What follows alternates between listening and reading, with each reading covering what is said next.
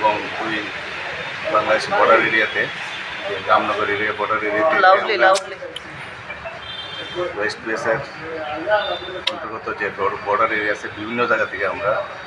এবং বিএসএফের সহযোগিতায় আমরা 12 জন বাংলাদেশিকে আমরা ধরতে পারছি, সক্ষম হয়েছি আমরা। এবং তাদেরকে আমরা জিজ্ঞাসাবাদ করছি এবং প্লাস তাদেরকে আমরা আইনগত ব্যবস্থা নিয়েছি এবং তাদের বিরুদ্ধে আমরা এফআইআর লজ করছি এবং বিএনএস, নতুন বিএনএসের দ্বারা এবং ফরেনার অ্যাক্ট এবং পাসপোর্ট অ্যাক্টে আমরা তাদের বিরুদ্ধে মামলা নিয়েছি। ওয়েস্ট প্লেস মামলার নাম্বার 92/2024। তো আমরা তাদেরকে আজকে আমরা কোর্টে প্রেরণ করতেছি এবং তাদের বিরুদ্ধে আমরা স্ট্রং অ্যাকশন নিতেছি এবং আগামী দিনও এই ধরনের অভিযান জারি থাকবে এবং বাংলাদেশি কোনো ক্ষেত্রে আমরা একদম খাটো করে দেখতেছি না, বিষয়টা আমরা গুরুত্ব সহকারে দেখতেছি